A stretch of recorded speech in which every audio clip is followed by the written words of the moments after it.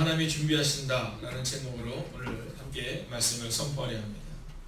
자, 오늘 이 본문의 말씀을 볼 때 성경은 순종을 결정하면 하나님이 준비하신다라는 사실을 우리 가운데 분명히 증거하고 있습니다. 자, 그런데 이 과정을 거치기 위해 우리 가운데 필요한 단계가 있습니다. 첫 번째는 바로 하나님의 음성을 듣는 단계를 거쳐야 합니다. 자, 오늘 본문의 말씀의 시작을 보면 이렇게 기록하고 있습니다. 주의 사자가 빌립에게 말하여 이르되, 여러분 아주 중요한 단어가 하나가 나오죠. 말하다 라는 단어입니다. 여러분, 우리가 지금 하나님과 말하듯이 대화하고 있는가, 오늘 우리의 모습을 좀 돌아보셔야 한다는 겁니다. 여러분, 이 새벽의 시간 제가 믿음으로 선포하겠습니다. 이번 한 주간도 하나님의 음성을 듣는 한 주간이 되시기를 주의 이름으로 축원하겠습니다. 아멘. 여러분, 우리 가운데 그 마음을 가져야 돼요. 하나님의 말하심을 듣고 그분의 음성을 듣고 나아갈 수 있어야 한다라는 겁니다. 자, 그럼 오늘 본문에서 우리 가운데 말하는 것이 있어요. 그건 뭐냐면 왜 빌립에게 음성이 들렸을까라는 겁니다. 자, 수많은 사람들이 있는데 왜 빌립에게만 음성이 들렸을까? 왜 이스라엘 백성들이 수백만 명의 사람들이 있는데 모세에게만 음성이 들렸을까? 왜 약속의 땅을 향하여 나아갈 때 왜 여호수아에게만 말씀이 들렸을까? 오늘 우리는 그 궁금증 가운데 있을 때가 있습니다. 먼저 오늘 빌립에게 그분의 음성이 들렸음을 우리가 볼 때 그는 정기적으로 하나님의 음성을 들었음을 우리는 보게 됩니다. 오늘 이 새벽의 시간 우리가 기도하고 돌아갈 때 어떤 기도의 제목을 가지고 기도해야 되냐면 하나님의 음성을 듣기 원합니다. 오늘 우리 가운데 그 고백이 있어야 되는 겁니다. 여러분, 우리 가운데 정기적으로 그분의 음성을 듣는 훈련을 하지 않으면 그런 그분의 음성이 잘 들리지 않습니다.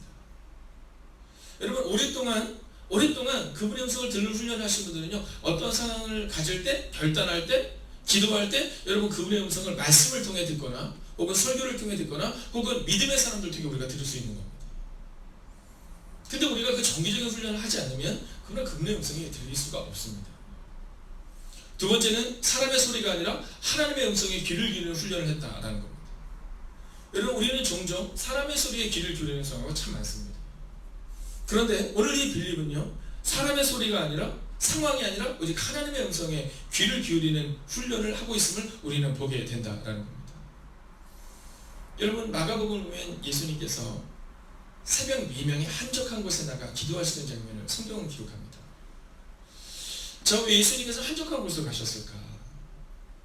그 전날은 어떤 날이냐면 엄청나게 많은 일을 하시는 순간이거든요. 근데 주님은 그 다음날 새벽이 되었을 때 한적한 곳으로 나가서 그분의 음성을 듣는 시간을 가졌다라는 겁니다.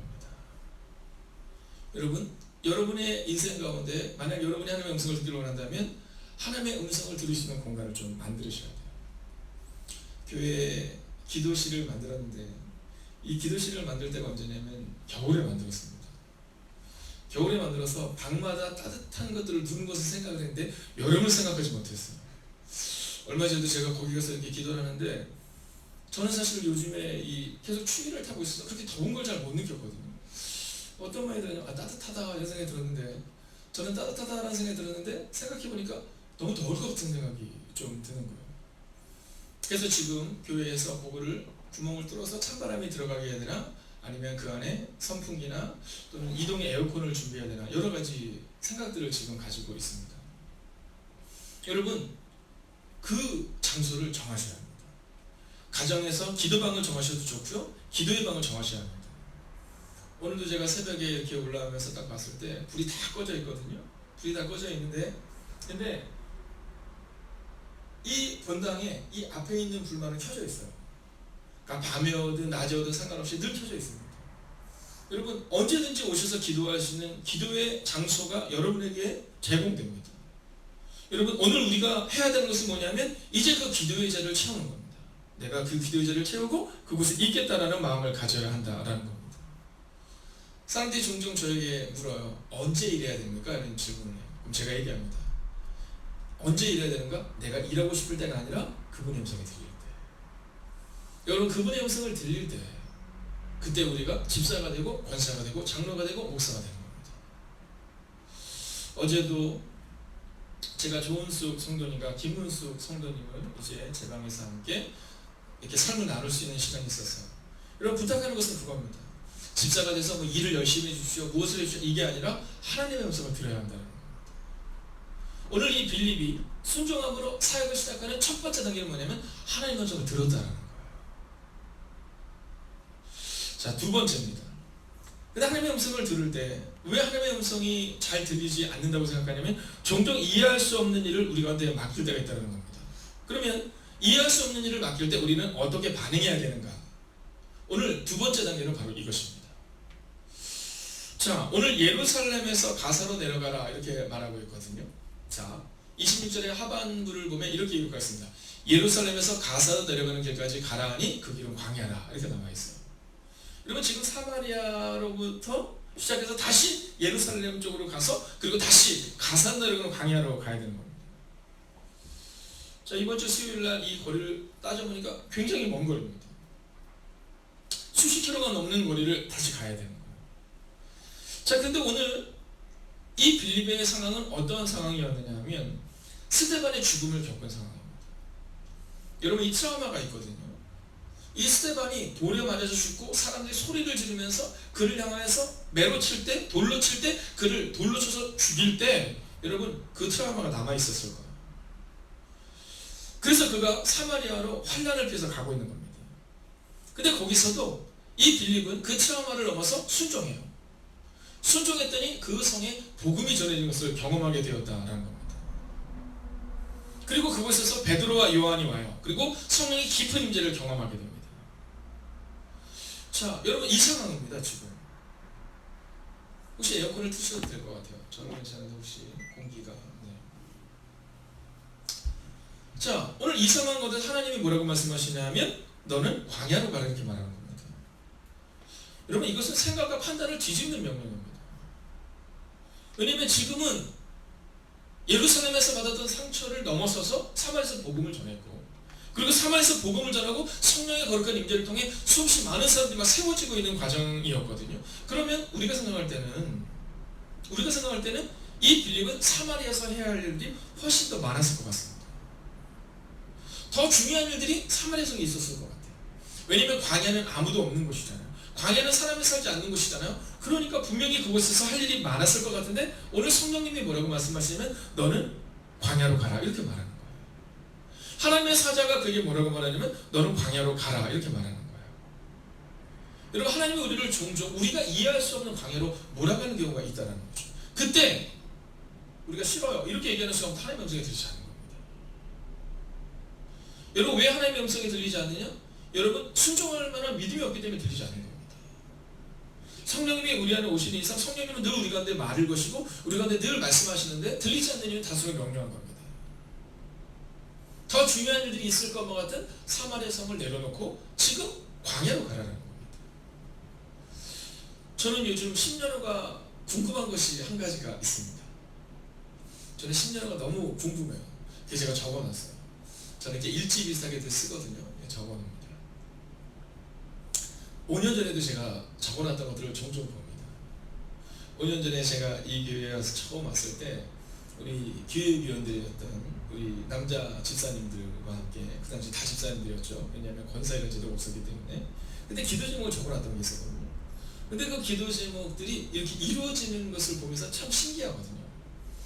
근데 지금 10년 후부터 기대되는 게 하나 있어요. 그건 뭐냐면 얼마 전에 지구촌 교회 이동원 목사님 후임으로 오셨던 진지영 목사님이라는 분이 계십니다.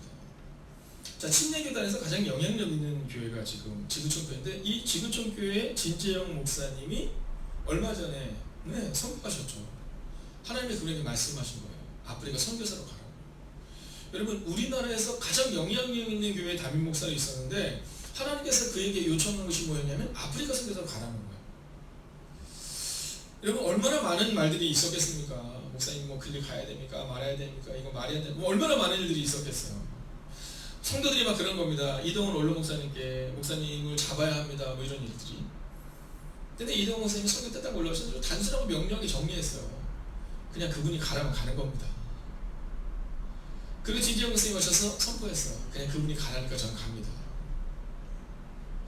이 교회는 하나님이 책임질 겁니다. 근데 저는요 궁금한 거예요. 과연 하나님이 그 진지영 목사님을 선교사로 보내셔서 그 아프리카 땅에 어떤 일을 계획하고 계셨을까가 궁금하고 또 한 가지 궁금한 것은 이제 하나님께서 그 지구촌 교회를 어떻게 더 멋진 모습으로 이끌어 가실까. 이거 안 돼요 라고 말하는 것이 아니라 예, 하나님 말씀하시니 제가 가겠습니다 라고 말했던 이 두 분의 결단을 통해 얼마나 놀라운 일을 이룰까. 여러분, 저는 그게 진짜 궁금해요. 그래서 적어놨어요. 저는 적어놓으면 네이버나 이런 데다가 저장해놓거든요. 10년 후에 울리게 되어 있어요. 10년 후 이맘때쯤에 제가 이제 그걸 보겠죠. 10년 전에 궁금했던 상황, 내 뜻이 아니라 하나님의 뜻대로 살아냈던 이 진지영 목사님과 지구촌 교회의 미래는 어떻게 바뀌었을까. 여러분, 제가 10년 후에 꼭 오늘을 이야기하며 오늘을 추억하며 여러분에게 이 얘기를 할 수 있기를 바랍니다. 여러분, 하나님이 우리를 광야로 몰아가신 경우가 종종 있어요. 요셉을 애굽이라는 광야로 몰아내줍니다. 여러분, 가기 싫다고 버티는 모세를 하나님께서는 광야로 몰아내시고 그리고 그들을 사용하십니다. 여러분, 요셉이 누구예요? 입만 열면 상처투성입니다. 입만 열면 형제들의 상처투성이에요. 상처를 받는 거예요. 그래서 이 요셉을 묻어야겠다고 생각을 한 겁니다. 여러분, 못한다고 버티던 모세, 여러분, 하나님이 그를 쓰기 시작한 겁니다. 여러분, 요셉의 14년은 절망의 시기가 아니에요. 요셉의 14년은 하나님을 경험하는 시기였어요. 여러분, 모세의 80년은 준비되는 시기였어요. 낮아지는 시기였어요. 그리고 그는 40년 동안 하나님과 함께 놀랍고 위대한 일을 이루어요. 여러분, 백성들이 돌로 치림을 당하기도 하고 억울함을 당하기도 하는 시간이었지만 모세는 하나님을 경험했기에 그 40년을 넉넉히 이겼다는 거예요. 아멘. 오늘 빌립이 그런 거죠. 여러분, 스데반의 죽음, 돌에 맞아 죽는 슬픔의 시간을 넘어 예수님의 말씀대로 예루살렘과 유대와 사마리아와 복음이 되는 시간을 경험하고, 그리고 나서 그가 이해되지 않을 때 하나님의 기적을 경험하기 위해 그는 또 한 번 순종을 다짐한다라는 겁니다. 그렇다면 여러분, 이제 우리는 마지막 메시지에 주목해야 합니다. 자, 이해되지 않는 상황에서 순종할 때 어떤 일이 일어나는가? 여러분, 오늘 본문은 하나님이 준비하신다라는 것을 우리가 기록하고 있습니다. 27절을 같이 한번 읽어보겠습니다. 함께 읽을까요? 시작. 일어나 가서 보니 에디오피아 사람 곧 에디오피아 여왕 간닥의 모든 국고를 맡은 관리인 네시가 예배하러 예루살렘에 왔다가. 아멘. 여러분, 오늘 본문은요, 일어나 가서 보니 이렇게 되어 있는데 현대인의 성경은 이 부분을 좀 더 원문에 가깝게 좀 번역을 해놨습니다. 그래서 빌립은 즉시 출발하였다 이렇게 기록되어 있습니다. 여러분, 하나님이 가라고 말씀하시니까 즉시 출발하였다. 여러분, 하나님과 거래하지 않습니다. 생각하지 않습니다. 성령님께서 말씀하시는 대로 오늘 빌립은요, 하나님이 준비하실 것을 믿고 하나님이 예비하실 것을 믿고 하나님의 명령에 순종하여 그는 즉시 출발하는 모습을 보여주고 있습니다. 그리고 그곳에 가보니까 곧 에디오피아 왕 간닥의 모든 국고를 맡은 고관을 만나게 되었다라는 겁니다. 근데 여기서 보면요, 오늘 본문에서 보면 몇 명을 만나요? 한 사람을 만납니다. 여러분, 거기에 엄청나게 많은 호위병들이 있고 호위하는 사람도 있었지만 오늘 성경은 딱 한 사람에게 주목하고 있어요. 우리가 생각할 때는 그 한 사람이 중요할까라고 생각하지만 성경은 그 한 사람에 주목하고 있는 겁니다. 사마리아에 있는 수백 명, 수천 명, 수만 명의 사람들을 주목하고 있는 것이 아니라 오늘 하나님은 잃어버린 한 영혼에 대해서 주목하고 있다는 거죠. 여러분, 순종은 이런 겁니다. 순종은 내 생각을 내려놓고 하나님께 맡기는 거예요. 오늘 빌립의 말씀에 순종하여 즉시 출발하는 모습을 보며 생각나는 사람이 한 명 있지 않습니까? 창세기에 나오는 아브라함입니다. 이 아브라함에게 가장 사랑하는 아들 이삭을 바쳐라, 이러한 명령이 그에게 내려옵니다. 자, 이게 뭐냐면 하나님의 테스트죠. 테스트. 이 아들을 바쳐라. 자, 그때 아브라함이 어떻게 해요? 아브라함이 출발하는 장면을 성경은 뭐라고 말하냐면 아침에 일찍 일어나 이렇게 표현하고 있어요. 여러분, 막 밤새 고민하고 막 늦잠 자가지고 늦게 출발했다 이게 아니라 하나님의 명령을 딱 듣고 이 아브라함이 그 밤에 어떻게 지내는지 모르겠지만 오늘 이 새벽 우리가 나온 것처럼 아침에 일찍 일어나 출발하는 장면을 그는 기록하고 있다라는 겁니다. 여러분, 우리가 하나님 앞에서 고민하는 것이 아니라 우리가 하나님 앞에서 반응하는 순간을 통해 하나님은 우리의 과정을 만들어간다고 성경은 기록하고 있다는 거예요. 아멘. 아브라함의 출발은요, 확신이 있었기 때문이에요. 아들을 바치라 말씀하실 때 바치면서 어떤 확신을 가지고 있냐면, 여러분, 사도행전과 로마서와 성경을 통해서 신약이 기록하고 있지만 아브라함은요, 이 아들을 다시 살리실 것을 믿었다는 거예요. 아멘. 여러분, 맹목적인 신앙이 아닌 겁니다. 바치니까 뭐 바치면 되지 뭐. 이게 아니라 아브라함은 그 아들을 다시 살릴 것을 믿는 믿음으로 그 아들 이삭을 바쳤다는 거예요. 하나님이 살릴 것이다. 여러분 그는 믿음의 과정을 통해서 믿음의 순간을 통해서 하나님의 살릴 것을 경험했다는 거예요. 그의 삶의 경험은 늘 하나님께서 준비하시고 기적을 경험케 하셨다라는 것입니다. 여러분 오늘 성서가 우리에게 주기를 원하는 메시지가 바로 이거예요. 경험하는 거죠. 성령의 말씀에 성령의 음성에 순종하여 경험할 때 그때 우리는 더 높은 수준의 것을 경험할 수 있다고 오늘 성경은 우리 가운데 말하고 있어요. 순종을 결정하라 하나님이 준비하신다. 오늘 성경이 우리 가운데 그것을 말하고 있다는 겁니다. 여러분 그 삶이 바로 믿음의 시간을 보내는 우리에게 주시는 하나님의 최고의 순간이에요. 여러분 교회에 우리가 다니고 있는 것이 중요한 것이 아니라 우리가 교회에서 말씀대로 순종할 때 우리가 성령의 음성에 순종할 때 과연 우리가 기적을 볼 수 있느냐 없느냐 오늘 성경은 우리 가운데 그것을 말하고 있다는 거죠. 그리고 이 빌립은 자신이 가지고 있는 모든 생각들을 다 내려놓고 오직 말씀에 전적으로 순종합니다. 그리고 그는 광야에서 아무도 살 것 같지 않은 아무도 만날 것 같지 않은 여러분 그 광야에서 바로 하나님의 사람 에디오피아 여왕 간닥의 모든 국고를 맡은 그 한 사람을 만나게 되었다라는 거죠. 오늘 아브라함처럼 오늘 빌립처럼 오늘 요셉처럼 오늘 모세처럼 그렇게 순종함으로 살아가십시오. 아멘. 오늘 우리가 순종을 결단할 때 하나님의 예비하시고 준비하심을 경험해 보십시오. 그래서 우리가 우리의 자녀들에게 물려줄 수 있는 최고의 유산입니다. 재정도 명예도 우리의 생각도 판단도 그 모든 것들이 아니라 바로 믿음대로 살아갈 때 하나님이 기적을 경험케 하신다는 여러분의 삶의 경험을 여러분의 자녀들에게 유산으로 물려줄 수 있는 우리 모두가 되시기를 주의 이름으로 축원하겠습니다. 아멘. 기도하겠습니다.